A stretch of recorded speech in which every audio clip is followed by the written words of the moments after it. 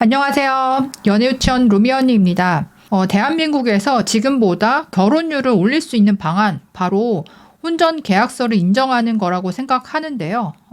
요즘에 많은 분들께서 결혼을 위험하다고 생각하는 이유가 솔직히 이혼할 때 재산 분할, 그러니까 이 부분에 있어서 너무 불합리하다. 그 리스크가 너무 크다. 그렇게 생각하는 분들이 많잖아요. 이게 뭐 얼마 전에도 어떤 유명인께서 이혼하면서 다른 변호사의 추정으로는 몇십억을 아마 이제 분할을 해줬을 거다. 이런 이야기도 나오고 하면서 이게 특히 이제 미혼 남성분들 또 재산이 있는 분들 사이에서는 결혼에 있어서 더 신중해지고 절대 이제 동지론을 해야겠다라고 생각하는 분들이 많이 늘었더라고요. 유명인이 아니라 주변에 그러니까 이혼하신 지인들만 봐도 재산을 많이 이제 내주고 이혼을 하고 그 이후에 양육비까지 책임을 져야 하고 이렇게 살고 계신 분들이 많다 보니까 미혼인 분들 입장에서는 결혼을 선택하는 게 좀 두려워지는 계기가 된 것 같고 또 이제 이혼하신 분들도 재혼에 대해서는 생각을 못하는, 이제 안 하는 분들도 꽤 많이 있더라고요. 우리나라는 혼전 계약서가 그렇게 뭐 유효하지가 않지만 미국에서는 프리넘을 작성하는 분들이 많고 보편적이라고 하더라고요. 미국에서 살다 오신 분의 이야기인데요. 미국은 결혼이 가시권에 들어오게 되면 남자든 여자든 프리넘 협상이 있을 거라는 걸 대부분 생각하고 협상을 기다리고 있습니다. 그래서 한국 사람 입장에서 상대가 프리넘을 작성하자고 해서 서운하다라고 하는 거는 전형적인 한국식 마인드예요. 돈이 많은 쪽에서 일단 자기에게 유리하게 계약을 써서 내놓습니다. 그런데 상대방에서 반응이 없으면 그냥 이제 그 내용대로 결혼하는 거고, 상대방이 이런 거는 나한테 불리하다라고 지적을 하면 그때부터 이제 협의를 하면서, 그러니까 내가 내줄 건 내주고 지킬 건 지키는 식으로 협상을 합니다. 심지어 시부모님과도 같이 프리넘 협상에 끼어서 계약하듯 하는 경우가 많아요. 한국식으로 생각하면 결혼도 하기 전에 이혼부터 생각하냐라고 할 수도 있지만, 한국이나 미국이나 이혼하지 않고 끝까지 잘 산다는 보장을 누구라도 100% 하기는 어려운 시대잖아요. 어떤 상황에서든 하게 될 수도 있는 가능성이 현실적으로 매우 크고, 그리고 혼전 계약서가 있기 때문에 자산이 더 많은 쪽에서 좀 안심하고 상대방이랑 결혼을 할 수 있는 거지, 이 혼전 계약서 제도가 없다 했을 때는 솔직히 누가 나보다 재산이 적은 사람, 벌이가 적은 사람이랑 결혼을 하려고 하겠어요. 까딱해서 이혼하게 되면 내 자산 플러스 부모님께서 준 것까지 떼줘야 하는 경우가 발생하는데, 그렇게 생각하면 혼전 계약서를 작성하는 게 단지 뭐 돈이 더 있는 사람을 위한 제도가 아니고 전체적으로 결혼을 좀 더 쉽게 결정할 수 있게, 안심하고 결혼까지 그 문턱을 넘을 수 있게 해주는 유용한 장치가 될 수 있다는 거죠.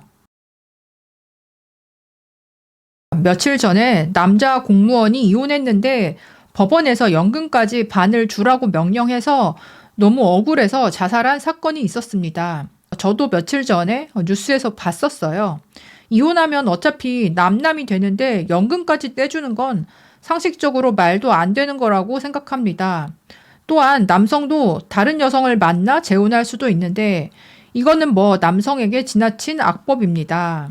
프리넘은 한국만 빼고 OECD 대부분 인정되고 법제화되어 있습니다. 트럼프나 뭐 영화 배우, 유명인들도 결혼하기 전에 나의 재산은 이제 이혼 시의 재산 분할의 대상이 아니고 결혼한 이후에 형성된 재산은 뭐 반을 나눈다. 그래서 대체로 협의해서 작성하고요. 의견이 안 맞으면 파혼하는 거죠. 한국에서도 법제화 인정화를 해야 합니다. 돈 많은 사람이 거지가 되는 건 두 가지입니다. 사업 실패 혹은 이혼 3번. 네. 이혼 이제 3번 하면 분할로 이제 다 털리니까 진짜 뭐 파산할 수도 있죠. 한국도 프리넘 제도가 생겨야 합니다. 이게 참 좋은 게 유언장과 비슷합니다. 살면서 유언장을 수정하듯이 프리넘도 내용을 수정해 나가면 됩니다. 어떤 특정 재산을 살면서 1년이 지날 때마다 5%씩 권리가 생기게 하며 최대 50%를 넘을 수 없다, 이런 식으로 계약서를 만들면 되죠. 그러면 20년을 같이 살면 절반의 지분 권리가 생기고요. 이게 합리적이지 않나요? 그냥 몇 년 살고 80억 뜯어가는 거, 그거는 도둑도 아니고. 제가 미국에 있었을 때 일어난 살인 사건이 있었는데요. 어떤 이제 한국 여자가 사망한 거예요, 집에서. 근데 누가 봐도 남편이 죽인 것 같이 보였는데요. 그런데 남편을 경찰이 건드리지 않았습니다. 왜냐하면 미국인 남편이었는데 혼전 계약서가 있었는데요. 만약에 부인이 사망 시 단 한 푼도 부인의 재산을 받지 않는다는 조건이 있었습니다. 그래서 그 남자분은 결국 땡전 한 푼 못 받고 그 집을 나오게 됐습니다. 남편이 죽일 이유가 전혀 없다는 거죠. 그래서 상당한 시간이 흐르고 범인이 밝혀졌는데 재산과 보험금을 노리고 자식 놈들 자매가 죽였더라고요. 어쨌든 참 엽기적인 사건이네요. 국내에서는 혼전 계약서를 이혼할 때 법정 싸움에서 인정해 주지 않습니다. 혼전 계약서에 효력이 있는 건 협의 이혼 시에 상황을 유리하게 가져갈 수 있다는 거 딱 거기까지입니다. 저도 이제 주변에 미혼이면서 재력이 있는 분들이 있잖아요. 자수성가를 했던 금수저이던 집안이나 개인 재산이 많이 있는 분들, 그분들이 대부분은 결혼을 안 했어요. 못한 건 아니고 안 한 거죠. 그 이유가 뭐 인연을 못 만나서라기보다는 솔직히 재산이 많으면 결혼에 있어서 유리한 건 맞지만 앞에 말씀드린 것처럼 재산이 있기 때문에 훨씬 더 방어적으로 결혼에 대해서 바라볼 수밖에 없고요.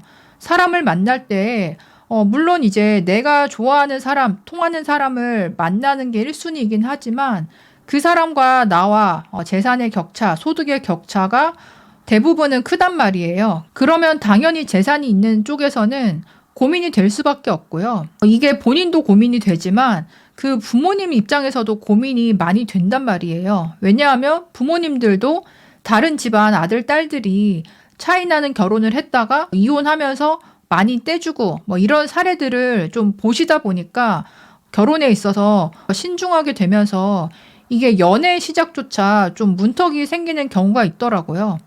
그리고 아까도 말씀한 대로 이혼을 3번 하면 거지가 된다. 그게 현실이긴 하잖아요. 이 시점에서 혼전 계약서가 인정이 되게 되면 자산이 있는 사람들, 또 상대보다 수입이 월등히 높은 사람들도 어느 정도는 경계심을 좀 내리고 결혼으로 넘어갈 수 있고요. 우리나라가 OECD 국가 중에서 소득 동질원 지수가 낮잖아요.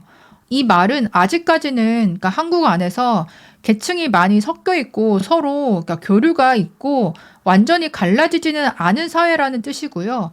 그러다 보니까 뭐 자만추를 하거나 했을 때는 소득이나 집안이 다른 사람끼리도 만나는 경우가 생기는데 그런 커플들이 결혼으로 넘어가기 위해서는 오히려 혼전에 계약서를 작성하고 양측 다 안심하고 결혼할 수 있는 그런 제도가 생기는 게 맞지 않나 싶고 그렇게 살다가 혹시 이혼을 했을 때 돈이 있는 사람은 또 한 번 재혼을 할 수 있잖아요. 이거는 뭐 남녀 구분이 있는 건 아니고 이 혼전 계약서가 제도적으로 인정이 된다면 혼인율 또 재혼에 있어서도 확실히 도움이 되지 않을까 싶은데요. 여러분들은 어떻게 생각하시나요? 댓글로도 의견 남겨주세요. 그럼 다음에 또 만나요. 안녕.